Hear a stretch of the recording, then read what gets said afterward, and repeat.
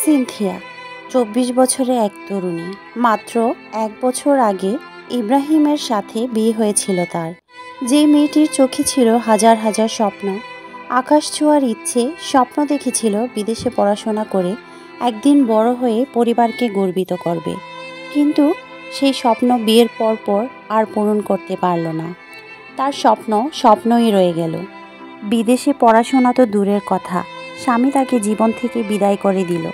নির্মমভাবে হত্যা করে সিনথিয়াকে বাসায় রেখে পালিয়ে গেল স্বামী।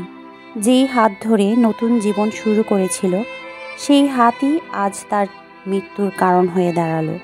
সিনথিয়া ছিল পরিবারের সবচেয়ে ছোট। ৪ বোন ও ১ ভাইয়ের মাঝে অনেক আদরের বোন ছিল সে। সবার চোখের মণি ছিল। অথচ ভুল মানুষের হাতে পড়ে অকালে সেই আদরের মেয়েটি জীবন শেষ হয়ে গেল। এখন প্রশ্ন হলো, মেয়েরা আসলে কোথায় নিরাপদ? সংসার, পরিবার নাকি সমাজের কোনো জায়গায় তাদের নিশ্চিন্ত কোনো আশ্রয় নেই? এটি একটি সমাজের স্বপ্নভঙ্গ নয়, এটি একটি পুরুষ সমাজের কাছে ভয়াবহ সতর্কবার্তা। রাজধানীর হাজারীবাগে ছাউচর বাজারে আমলা টাওয়ারের ৮ম তলায় ভাড়া বাসা থেকে সিনথিয়া আক্তারের ঝুলন্ত লাশ উদ্ধার করা হয়েছে। নিহতের পরিবার অভিযোগ করেছে এটি কোনো আত্মহত্যা নয়, এটি একটি পরিকল্পিত হত্যা। সিনথিয়ার ভাই মোহাম্মদ রুবেল জানিয়েছেন, রবিবার রাতে স্বামী ইব্রাহিম চৌধুরী তার বুকে পিস্তল ঠেকিয়ে বলেছিল, তুই গলায় ফাঁস দিয়ে আত্মহত্যা করবি, নইলে তোর বাবা মাকে হত্যা করা হবে। রুবেল দাবি করেন সিনথিয়াকে হত্যা করে ঝুলিয়ে রাখা হয়েছে। এই ঘটনায় তারা নিশ্চিত।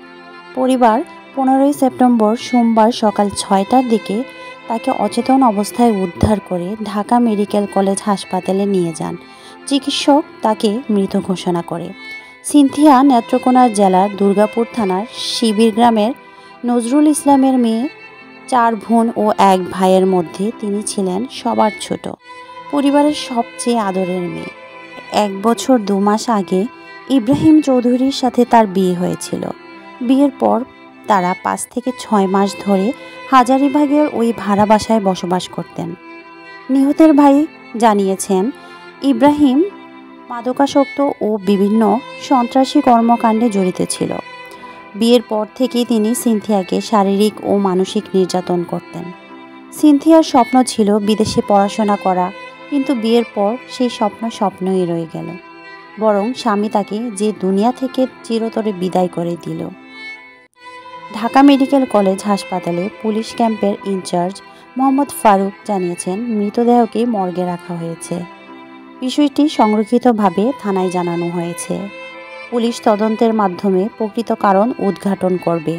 এই ঘটনা শুধু একটি নারীর জীবনের শেষ হওয়ার গল্প নয়, এটি পুরো সমাজের নারীর নিরাপত্তার প্রতি অবহেলার প্রতিবেদন।